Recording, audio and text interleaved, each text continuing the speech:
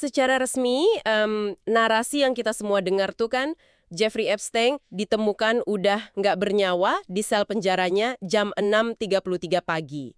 Ya kan? Cerita selesai, buku ditutup. Iya, dibilangnya gitu. Tapi tunggu dulu, di dalam tumpukan dokumen forensik itu, ada satu foto tempat kejadian perkara. Foto itu stempel waktunya nunjukin jam 6.49 pagi. Dan ada yang aneh di foto itu. Banget. Di latar belakang foto itu, ada monitor medis yang nyala.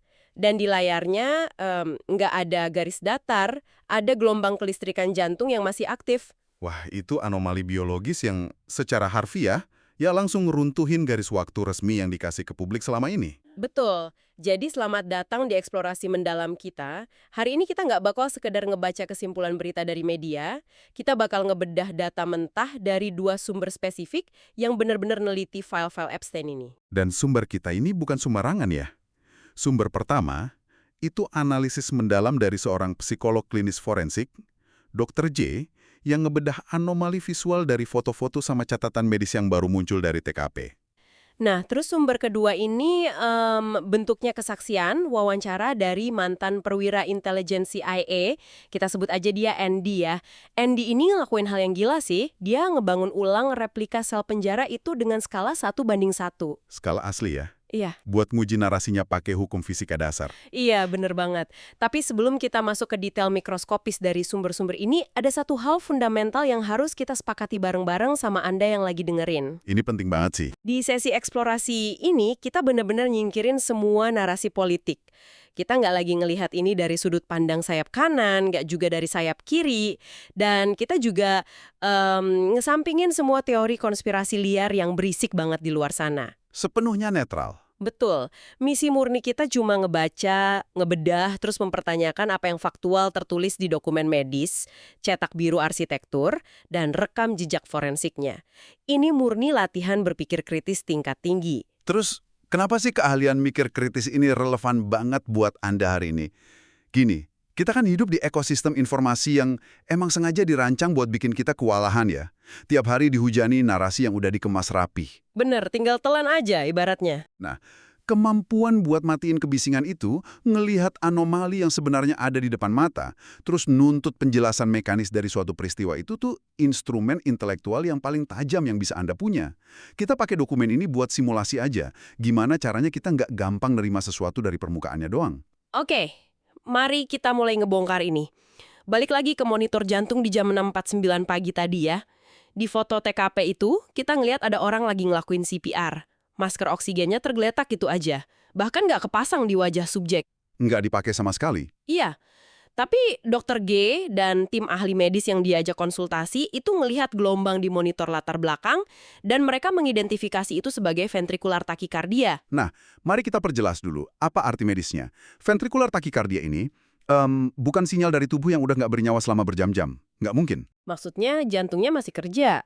Iya, ini tuh ritme jantung yang berdetak cepat banget, seringnya nggak beraturan, yang dipicu sama aktivitas kelistrikan dari bilik bawah jantung. Secara definisi klinis, itu butuh jaringan biologis yang masih aktif secara elektrik. Tapi, tunggu dulu. Saya mau coba tantang klaim ini deh. Maksud saya, kalau misalnya saya ngelihat ada petugas mompa dada pasien kenceng banget pas CPR, gerakan mekanis dari dorongan tangan itu kan pasti bikin semacam ritme di monitor, ya kan? Masuk akal?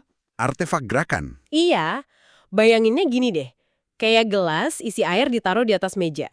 Kalau saya goyangin mejanya kencang dan ritmis, air di dalam gelas pasti beriak dong. Riak itu kan muncul bukan karena airnya hidup atau mendidih sendiri, tapi murni karena gaya dorong dari luar. Analogi riaknya dapat banget. Nah, bukannya gelombang di layar monitor itu bisa aja cuma riak air gara-gara dada yang ditekan kuat pas CPR? Analogi yang brilian. Dan faktanya, para dokter forensik di dalam sumber kita ini benar-benar spesifik mempertimbangkan hipotesis artefak CPR itu. Mereka mikirin hal yang sama. Oh, mereka udah kepikiran. Terus gimana? Masalahnya ada di anatomi gelombangnya itu sendiri. Kalau gelombang itu murni cuma pantulan mekanis dari tangan yang neken dada, grafik garisnya tuh bakal kelihatan jauh lebih tipis dan kaku. Tapi ada satu bukti yang sifatnya absolut.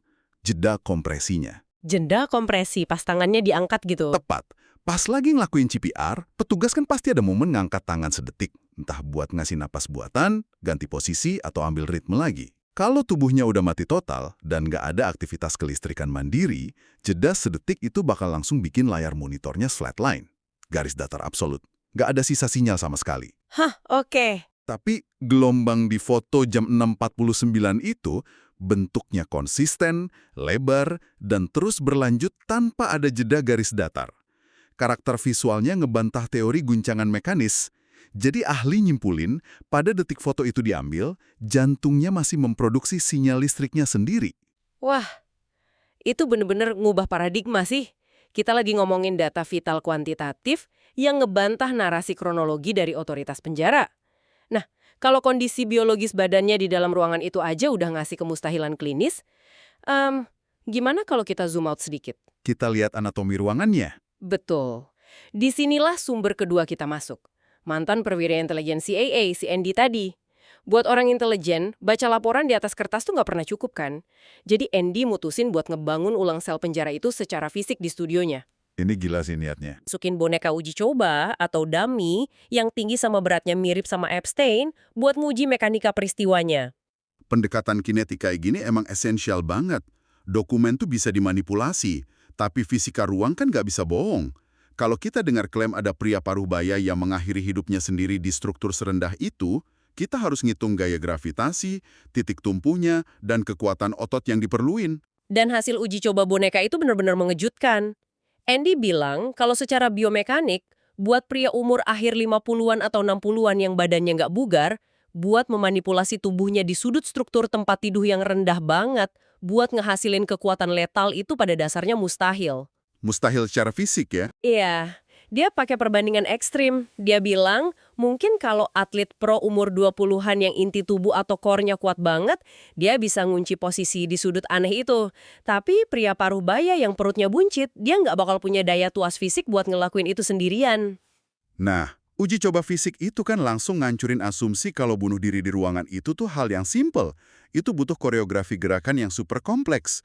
Tapi, rekonstruksi Andy ini nggak cuma berhenti di masalah otot dan gravitasi aja. Pas dia pelajarin cetak biru arsitektur penjaranya, dia nemuin anomali struktural tingkat makro. Oh iya, anomali cetak biru. Ternyata ada satu area di sel Epstein yang secara harfiah nggak ada gambarnya di skema resmi penjara itu. Nggak kedaftar sama sekali. Nggak kedaftar dan fitur fisik di sel itu dideskripsiin mirip banget sama struktur jalur pelarian tertutup, kayak escape hatch gitu. Yang lebih aneh lagi, ini tuh satu-satunya sel di seluruh blok itu yang punya fitur tak tercatat ini. Biar saya tambahin lapisan kerumitannya lagi yang diungkap dari sumber kita. Pas publik mulai ribut dan mempertanyakan kejadian malam itu, FBI kan akhirnya ngerilis rekaman CCTV 24 jam dari lorong penjara buat ngebuktiin kalau nggak ada orang luar yang masuk ke sel itu. Dan ternyata, rekaman CCTV yang dirilis resmi sama lembaga federal itu adalah rekaman dari lorong yang salah. Lorong yang salah, benar-benar beda arsitekturnya. Sumber kita ngebedah visual videonya. Mereka nunjukin kalau pola lantai di video itu beda dan posisinya ada di tikungan koridor yang salah. Sel Epstein itu harusnya ada di lorong spesifik yang mengharuskan orang turun tangga dulu. Tapi video FBI nunjukin pintu-pintu sel di koridor datar yang biasa. Beda secara spesial. Tapi tunggu, saya mau coba mikir rasional dulu. Bukannya birokrasi pemerintah tuh emang kadang kacau dan ceroboh ya? Maksud saya, kita bisa aja nganggap rilis video salah ini cuma murniin kompetensi administratif. Iya, kayak misalnya ada satpam di gedung kantor, panik karena mobil hilang di parkiran blok B, terus pas diminta rekaman, dia malah ngasih file video kamera parkiran blok A karena nama filenya berantakan di komputernya. Apa kita benar-benar harus ngelihat video salah ini sebagai sebuah operasi konspirasi bayangan? Skeptisisme yang bagus banget. Inkompetensi institusi itu emang nyata dan sering kejadian. Tapi, cara seorang analis intelijen merespon data yang beruntun tuh beda. Mantan perwira CIA di sumber kita ini kan udah dilatih ngelihat anomali bukan sebagai kejadian acak, tapi sebagai titik data di dalam matriks. Matriks kejadian ya? Betul.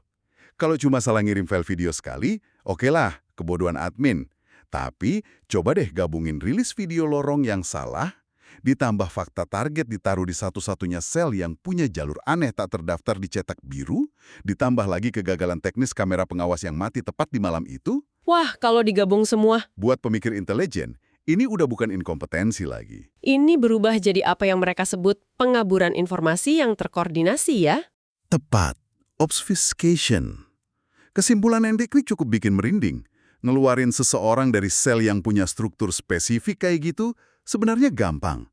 Cuma butuh beberapa operator kecil yang hafal titik buta sistemnya.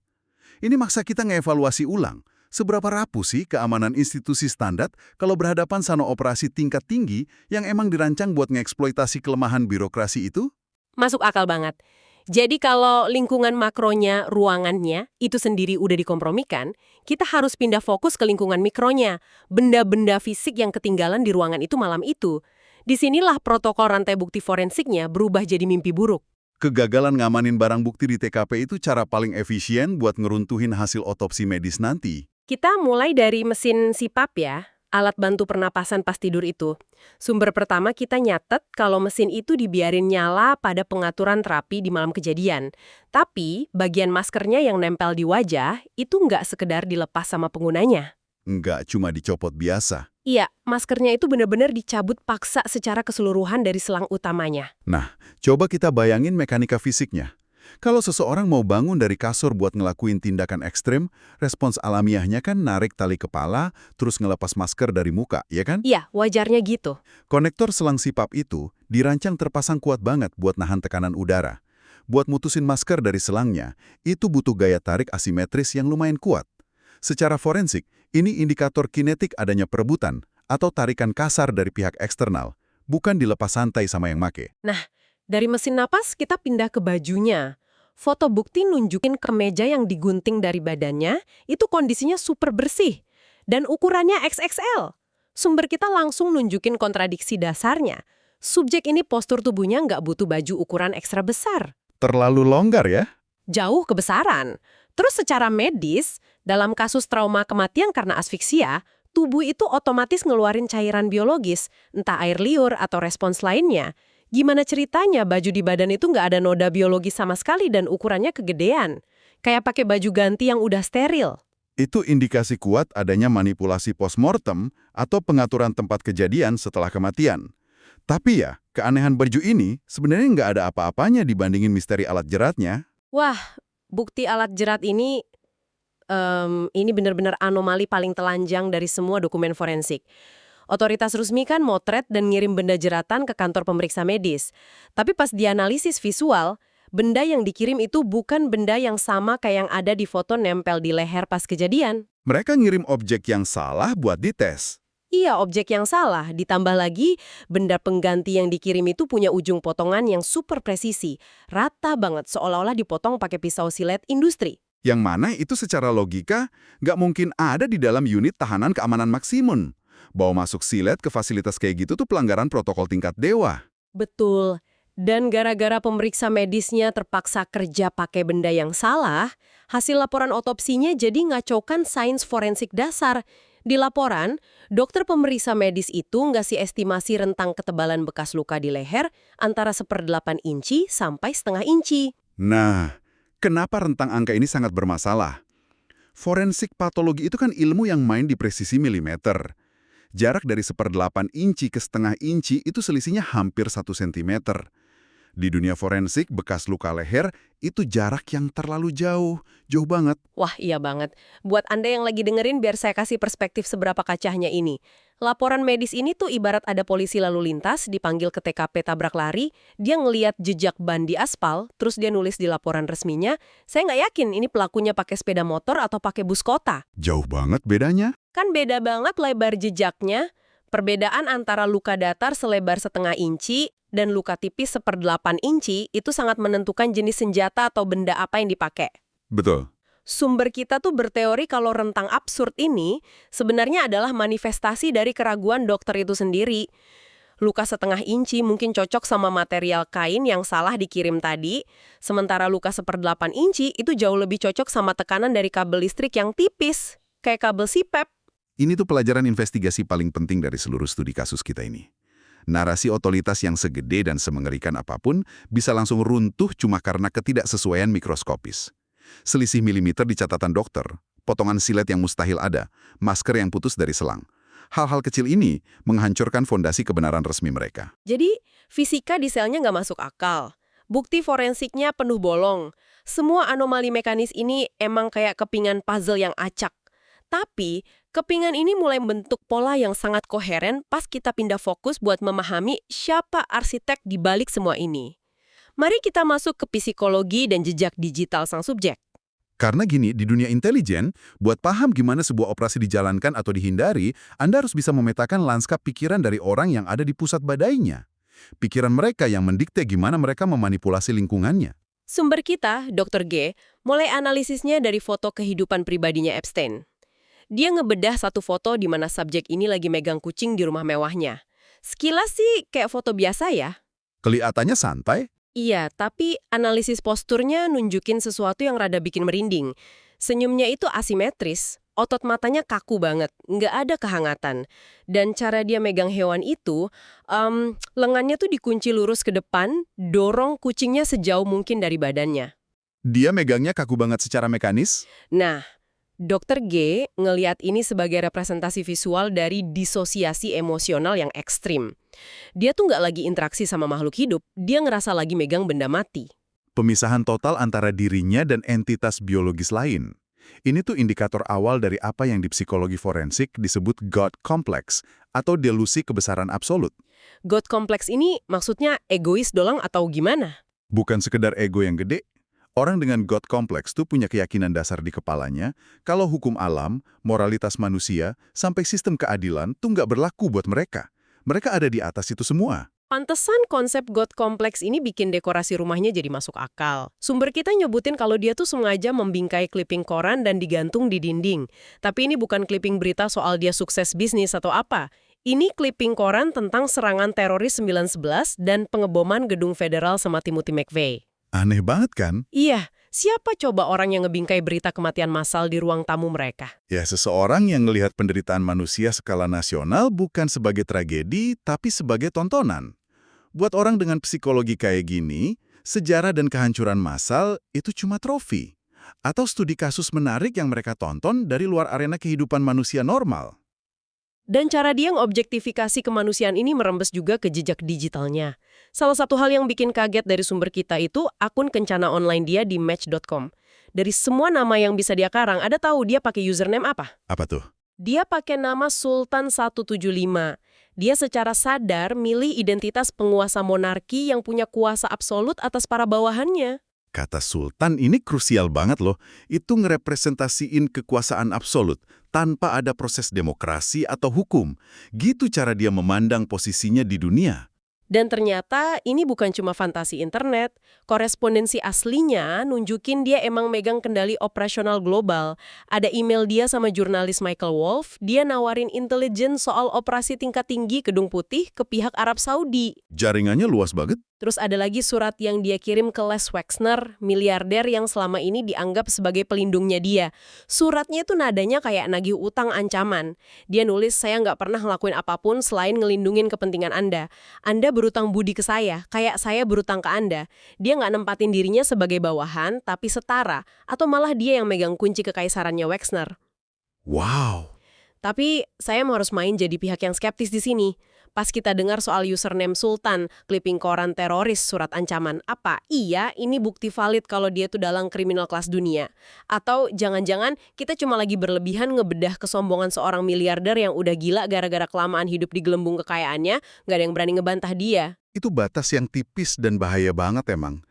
Apakah dia mastermind operasional atau cuma orang kaya yang delusi? Tapi sumber kita bilang, di level kekayaan sebegitu besarnya, perbedaan itu jadi nggak relevan lagi. Kenapa nggak relevan? Karena pas delusi seseorang didanai sama uang yang nggak berseri, ditambah koneksi ke kepala negara, dan punya informasi rahasia yang bisa ngancurin bisnis raksasa, delusi itu otomatis berubah jadi kekuatan operasional yang nyata. Ah, oke. Uangnya bikin delusinya jadi kenyataan. Bener. Detail psikologi ini dibahas bukan cuma buat ngegosipin betapa jahatnya dia, tapi buat mahamin satu prinsip. Seseorang dengan mental sultan, yang lihat hukum cuma sebagai alat yang bisa dibeli, dia nggak bakal pernah pasrah mati di ruangan beton ukuran 2 x 3 meter. Orang kayak gini pasti merancang jalan keluar. Oke, Mari kita tarik napas bentar dan nyatuin semua kepingan data kita hari ini. Perjalanan yang intens banget ya.